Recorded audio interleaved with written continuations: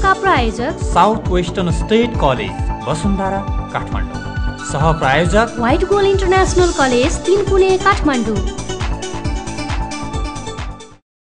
नमस्कार, कार्यक्रम शिक्षाको सेरोफेरोमा यहाँहरूलाई हार्दिक स्वागत छ। सुदृढ, व्यवस्थित र मर्यादित शिक्षा क्षेत्रको परिकल्पनासहित यस कार्यक्रमको अवधारणा अगाडि सारिएको। आउनुहोस् आजका प्रस्तुतितर्फ लागौं। कार्यक्रमको सुरुवात गरौं निजी क्षेत्रले माग गरेको छुट्टै नीतिगत व्यवस्था सम्बन्धी रिपोर्टबाट। नीतिगत अस्पष्टताको कारणले शिक्षा क्षेत्र अस्तव्यस्त बनेको अवस्थामा निजी क्षेत्रले भने आफ्नो लागि छुट्टै नीतिगत व्यवस्थाको माग गरेको छ। प्याप्सनले यसको प्रारम्भिक मस्यौदा समेत तयार गरिसकेको छ। अबको 1-2 महिनाभित्रै सरकारलाई ऐन पेश गर्ने तयारीमा छ प्याप्सन। आफ्नो माग सम्बोधन हुनेमा प्याप्सन पदाधिकारीहरू ढुक्क देखिन्छन्। हाम्रो अहिलेको स्ट्रेन्थ के हो भने हामी अन्तर्राष्ट्रिय बजारमा बिक्न सक्ने म्यान पावरहरू हामी तयार गरिरहेको सन्दर्भ हो भने कम्पिटिसन त्यही अनुसारले जान सक्ने गरी पनि हाम्रा विद्यार्थीहरू तयार भएका छन्।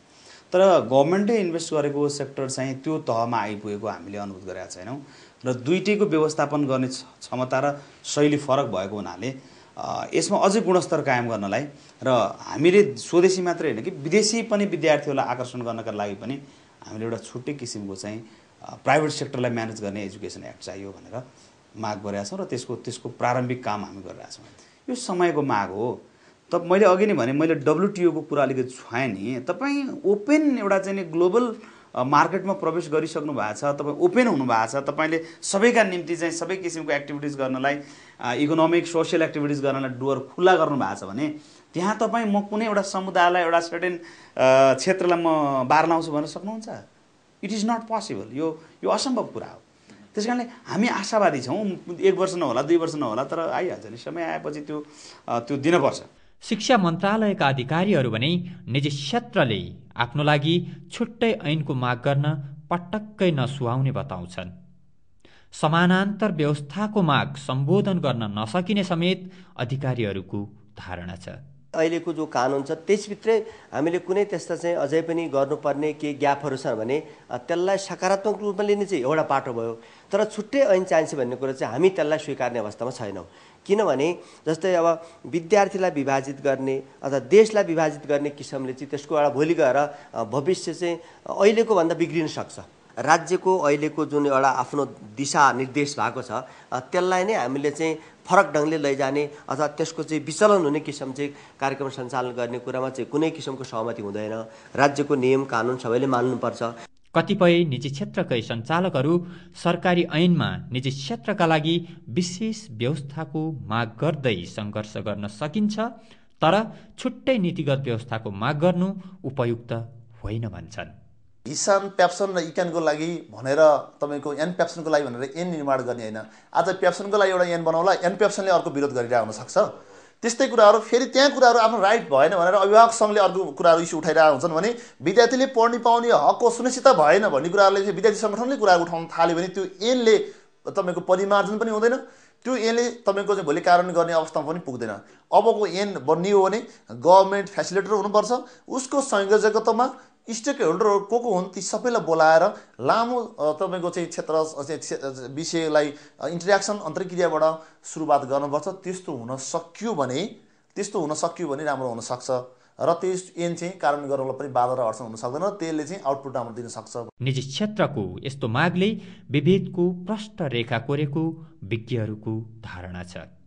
यहाँ प्याप्सन जस्ता हजारौं संस्थाहरू कार्यरत छन्। ती सबैलाई छुट्टा छुट्टै ऐन दिन थालियो भने त्यसले सहजता ल्याउने भन्दा पनि झन् जटिलता थप्ने विश्लेषकहरू बताउँछन्। प्याप्सन त एउटा संस्था न हो होइन, देशको एउटा स्थापित संस्था हो। त्यस्ता अरू पनि अर्गनाइजेसनहरू छन्। हरेक अर्गनाइजेसनले भिन्दै ऐनको छुट्टै होइन ऐनको माग गर्ने बित्तिकै ती सबै ऐनहरूको आखिरमा नियमन गर्नुपर्ने एउटा छुट्टै होइन व्यवस्था पनि सरकारले गर्नुपर्ने हुन्छ। त्यो गर्न कुनै पनि सरकारले सक्दैन। त्यो कुराहरू सम्भव छैन। किनभने यहाँ आखिरमा त्यो नियमन गर्ने एउटा भनौँ एक द्वार प्रणाली त सरकार हो। सरकारले त्यो द्वारलाई बरु फराकिलो बनाउने होइन, त्यसलाई त्यो अलि होचोसँग त्यसलाई अग्लो बनाउने त्यो सोच्नुपर्ने हुन्छ र त्यो दिशातर्फ उसले पहल कदमी गर्नुपर्ने हुन्छ। त्यस कारणले हरेक सङ्घ संस्थाले आफ्नो अस्तित्वको लागि अथवा आफ्नो बढोत्तरीको लागि छुट्टै ऐनको माग गर्नु होइन उहाँहरूको सन्दर्भमा ठिक देखिए तापनि त हामीले एउटा आम नेपालीको दृष्टिकोणबाट हेर्दाखेरि आम नेपाली त्यसो भने कहाँ पर्छन् त होइन भन्ने प्रश्न चाहिँ एकदम अहम प्रश्न हो। समानान्तर व्यवस्थाले अतिरिक्त अधिकार प्रदान गर्ने भन्दा पनि झन अधिकारविहीन बनाउने भएकाले यस्तो व्यवस्था आवश्यक नरहेको विज्ञहरूको धारणा छ। कानुनमा के गर्नु पर्ला? संस्थागत विद्यालयको दर्ता, संस्थागत विद्यालयको सञ्चालन, संस्थागत विद्यालयको चाहिँ नियमन गर्ने पाटोलाई छुट्टै ऐनबाट व्यवस्थापन गर्नुपर्ने हो कि भएको ऐनमा के समस्या परे भन्ने प्रश्नमा चाहिँ कतिपय अवस्थामा संस्थागत विद्यालयका सञ्चालकहरूले चाहिँ छुट्टै ऐन भइदिए हुन्थ्यो भन्ने अपेक्षा गर्नुभएको छ। उहाँहरूको अपेक्षा गर्नुको पछाडि के समस्या पर्यो, अहिले विद्यमान ऐनले के कहाँ अप्ठ्यारो पर्यो भन्ने कुरालाई हेरेर छलफल बहस हुनसक्छ। तर के चाहिँ मेरो विचारमा फरक कुरा हो भने विद्यालय भनेको विद्यार्थीहरूको लागि हो, समुदायको लागि हो। त्यो विद्यालयको सञ्चालन गर्दाखेरि विद्यालयबाट सेवा पाउने समुदायको हितरक्षा पहिलो प्राथमिक कर्तव्य हुन जान्छ। सरकारले बनाउने ऐन भनेको चाहिँ शिक्षा सेवा कसरी प्रदान गर्ने, प्रवाह गर्ने भन्ने ऐन बन्छ। शिक्षा सेवा प्रवाह गर्ने ऐनभित्र एउटा एजेन्सीको रूपमा चाहिँ संस्थागत विद्यालय पनि आउँछन्। त्यस मानेमा एउटै ऐनबाट व्यवस्थापन हुँदाखेरि आपत्ति नै पर्नुपर्ने जस्तो मैले फिल गर्दिनँ। निजी क्षेत्रले छुट्टै ऐनको माग गर्नुभन्दा पनि विद्यमान ऐनमै आफ्नो स्थान सुरक्षित गर्न पहल गर्नुपर्ने उनीहरू बताउँछन्। निजी क्षेत्रले केवल सहजकर्ताको भूमिका निर्वाह गर्न सक्ने तर आफैमा कार्यकारी भने बन्न नपाउने उनीहरूको तर्क छ। तत्काल निजी क्षेत्रको यो माग सम्बोधन हुने सम्भावना देखिँदैन, तर उसको छुट्टै नीतिगत व्यवस्थाको माग सम्बोधन भयो भने त्यसले निजी क्षेत्र र सरकारी क्षेत्रको बीचमा विभाजनको प्रष्ट रेखा कोरेर यी दुई क्षेत्रको भिन्न अस्तित्व रहेको तथ्यलाई पुष्टि गर्ने दरिलो आधार बन्ने देखिन्छ।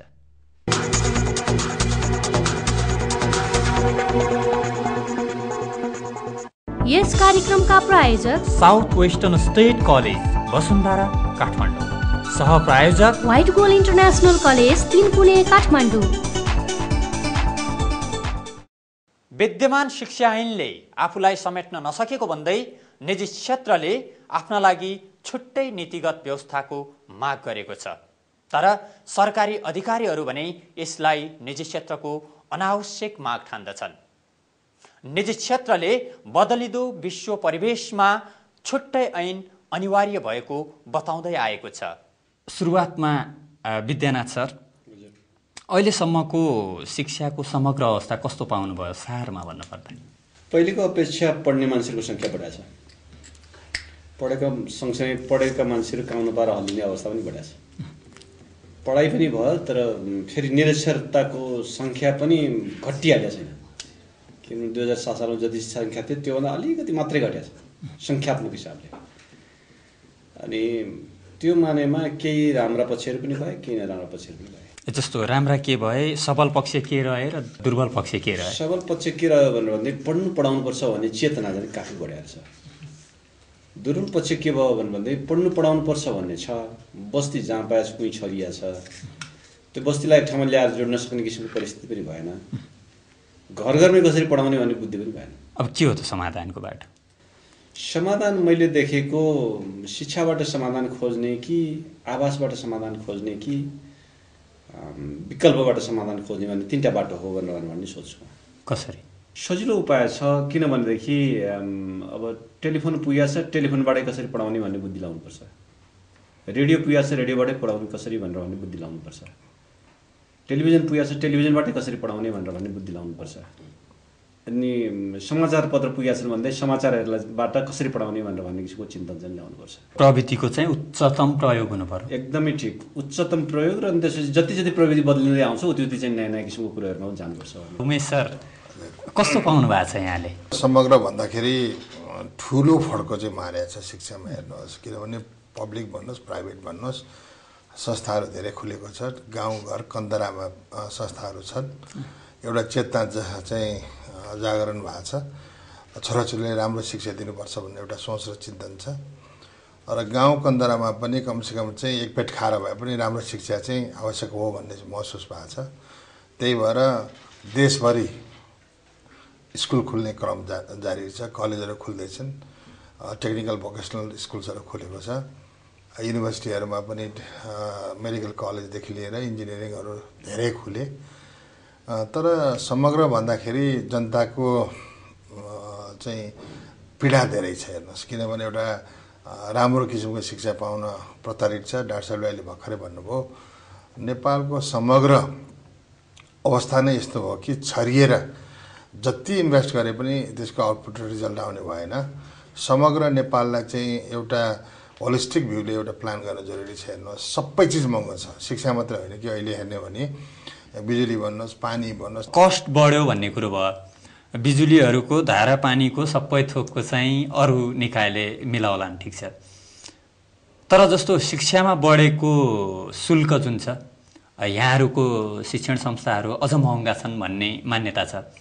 अब यहाँहरूले के गर्नुहुन्छ त त्यो घटाउनलाई? मिनिमम कस्टमा गर्ने भने राज्यले यसमा चाहिँ सपोर्ट र हेल्प नगरिकन यो लो कस्ट हुनै सक्दैन। हेर्नुहोस् किनभने अहिले टिचरको तलब अहिले भन्दाखेरि एउटा सामान्य ग श्रेणीको स्कुलले चाहिँ 1750 रुपियाँ लिनुपर्छ तलब दिनुलाई बाँच्नको लागि मात्रै। कस्ट रिकभरीको आधारमा भन्दाखेरि यो बुझ्नु जरुरी जस्तो मलाई लाग्छ। पीपीपीको अवधारणामा चाहिँ जानु पर्यो, पक्कै जानुपर्ने हो। हेर्नुहोस् म त के भन्छु भने अनावश्यक ठाउँमा स्कुलै खोल्नु भएन क्या। जुन ठाउँमा स्कुल आवश्यकता छ त्यो ठाउँमा खोलौँ होइन। जुन ठाउँमा चाहिँ डिमान्ड छ, जुन ठाउँमा क्रय शक्ति बढी छ, हेर्नुहोस् जनताको वितृष्णा। म पनि अब स्कुल चाहिँ यहाँ खोल्ने यहाँ नखोल्ने भन्ने हुन्छ र स्कुल त जहाँ पनि खोल्नु पर्यो। चाहनाअनुसार खोल्न दिनु पक्कै हो। हेर्नुहोस् के छ भने तपाईँको क्रय शक्ति नै छैन, खानै छैन तपाईँको। तपाईँले त्यो जे भन्नुहोस् काठमाडौँमा खानै छैन, क्रय शक्ति छैन, तिमी नपढ भन्ने त त्यो पक्कै होइन। हेर्नुहोस् त्यो पक्कै त्यो मैले भन्नु खोजेको होइन। त्यो राज्यले दायित्व लिनु पर्यो। त्यस्तो ठाउँमा अझै त्यो गाउँ कन्दरामा त बुढानीघाट स्कुल जस्तो, मोडल स्कुल जस्तो राज्यले राम्रो टिचर पठाएर गाउँ कन्दराका ठाउँमा चाहिँ यस्ता संस्था खोल्नु पर्यो कि ल त्यो गाउँको एकदम पिछडेको ठाउँको चाहिँ जुनसुकै ठाउँमा पनि गएर चाहिँ संसारभरि नेपालभरि चाहिँ यसले कम्पिटिसन गर्न सक्छ भन्ने चाहिँ त्यो दायित्व सरकारले लिनु पर्यो।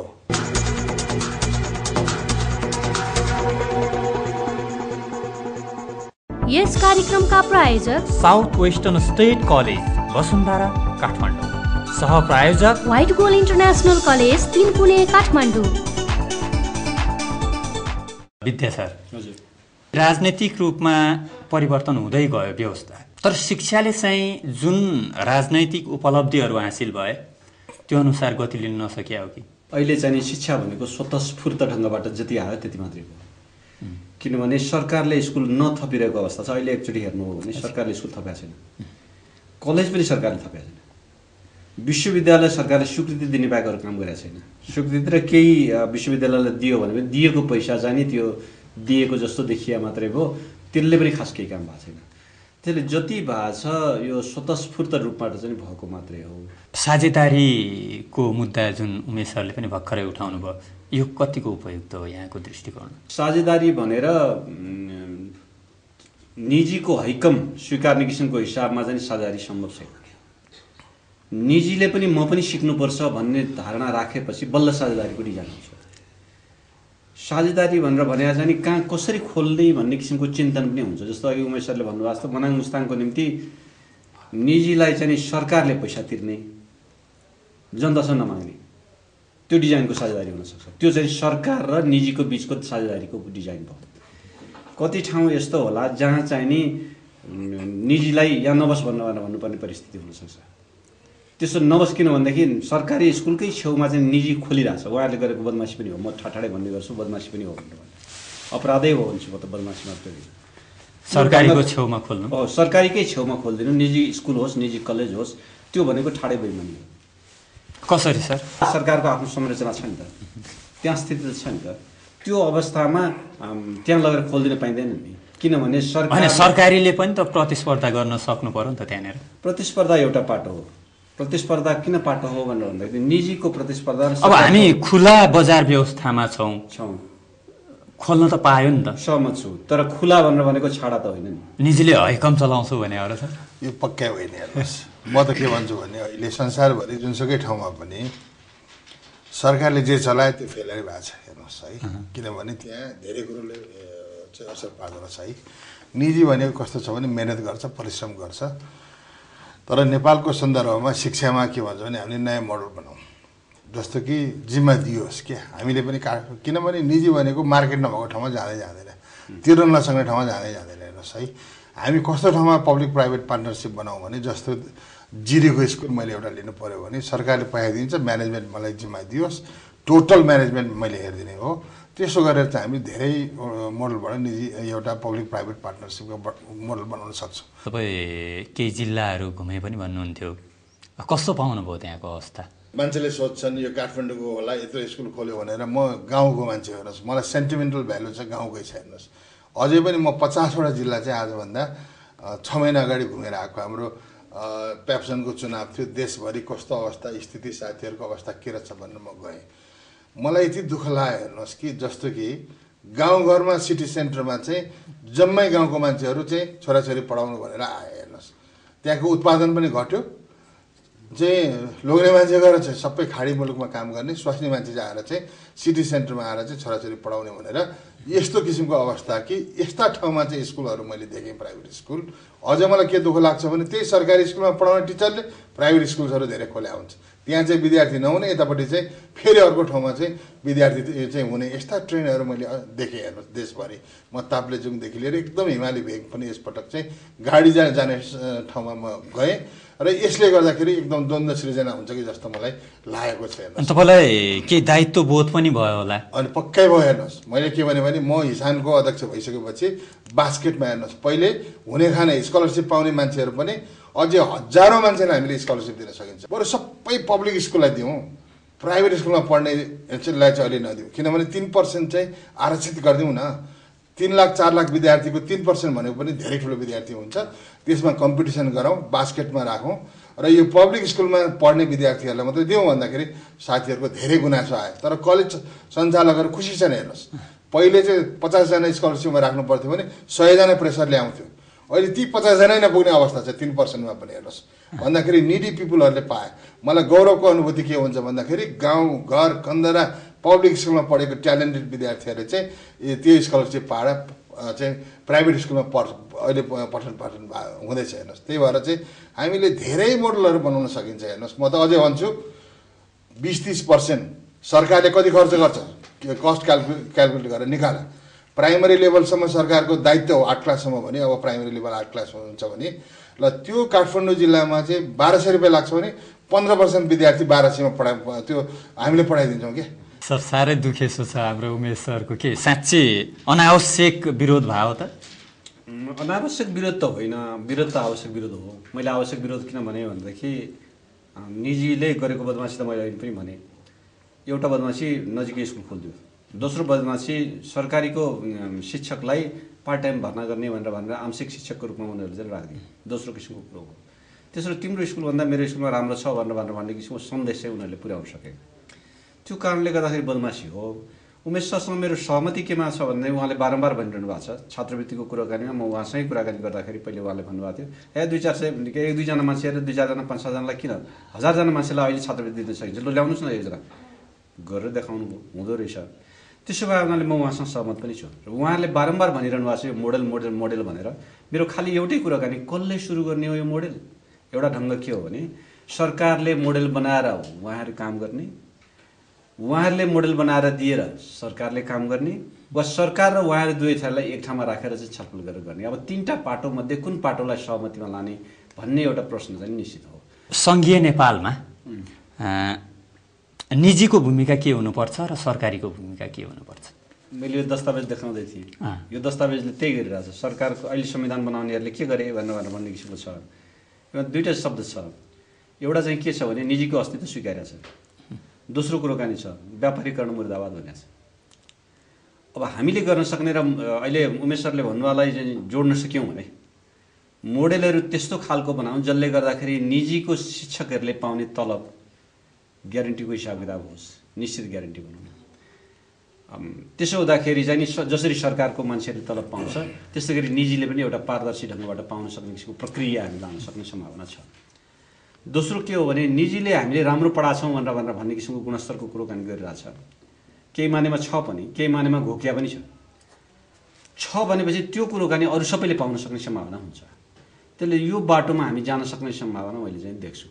प्रविधि र शिल्प चाहिँ निजीको जोड्नु पर्यो। जोडौँ र त्यसपछि गएर चाहिँ सरकारको न्यूनतम भन्ने जुन छ नि न्यूनतम भन्ने चिन्तन चाहिँ नि सरकारको हाल्नु पर्यो। किनभने न्यूनतम तलब स्थायी भएपछि यदि पैसा पाउने वा पछि पेन्सन पाउने रिटायरमेन्टपट्टि के पाउने अनेक अनेक किसिमको छ नि त्यस्तो सरसुविधाहरू चाहिँ निजी के अरे सरकारीको कुरो कहाँ निजीमा जोड्ने त्यसपछि जो जतातिर पढाए पनि केही फरक परेन। बरु यतिसम्म गर्न सकिएला यति वर्ष सरकारीमा काम गरेपछि मात्रै निजीमा वा यति वर्ष निजीमा काम गरेपछि मात्रै सरकारीमा भन्ने किसिमको चिन्तन पनि ल्याउन सकिएला। उमेश सर जस्तो द्वैत शिक्षा प्रणालीको विरोध हुन्छ यता कदा यही बिचमा यहाँहरूले चाहिँ माग के राख्नुभयो भने हामीलाई छुट्टै ऐन चाहियो भनेपछि हो हामी अलगै हो भन्ने देखाउनु खोज्नु भयो कि के हो?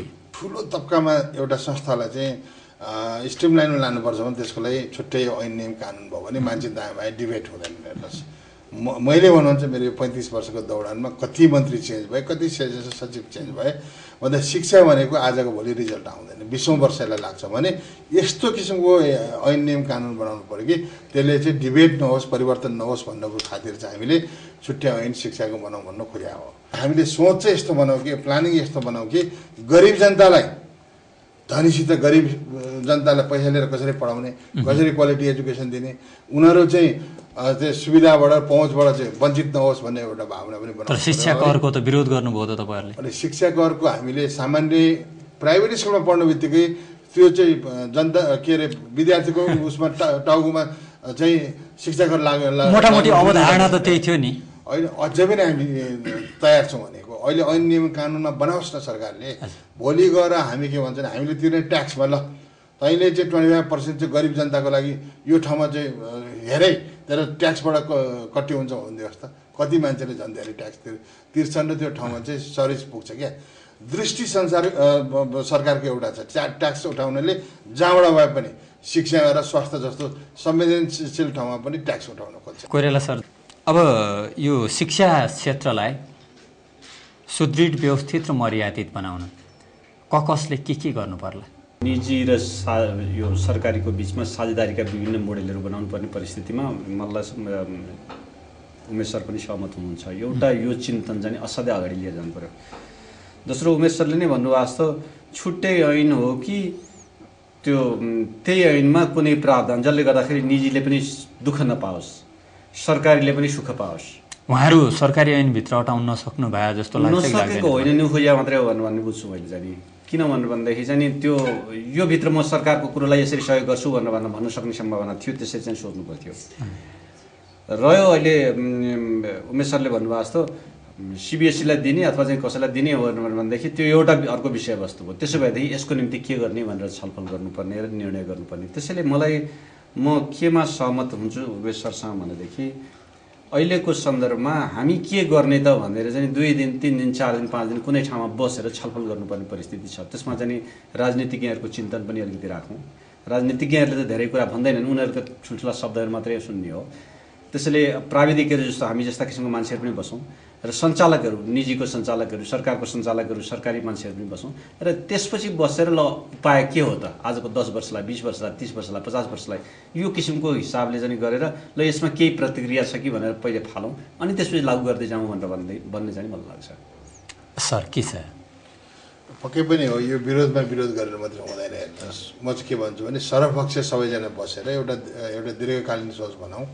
नयाँ नेपालको लागि सबैजना बसौँ प्राइभेट सेक्टर बसौँ पब्लिक सेक्टर बसौँ राजनीतिज्ञहरू बसेर चाहिँ भोलिको दिनमा चाहिँ खालि विरोधमा विरोध मात्रै गर्ने होइन कि शिक्षाको नयाँ मोडल निकालेर गरिब जनतादेखि लिएर पैसा तिर्न सक्ने मान्छेदेखि लिएर इन्टरनेसनल मान्छेहरू इभन इन्डिया पाकिस्तानदेखि बङ्गलादेश भुटानका मान्छेहरू पनि नेपालमा पढ्न आउने त्यस्ता किसिमको शैक्षिक संस्था खोलेर एउटा चाहिँ यो शिक्षामा पनि एउटा आमूल परिवर्तन ल्याएर चाहिँ भोलिको दिनमा जानुपर्छ जस्तो मलाई लाग्छ। धन्यवाद यहाँसम्म आएर कार्यक्रममा सहभागिता जनाउनु भयो यहाँलाई धेरै धेरै धन्यवाद।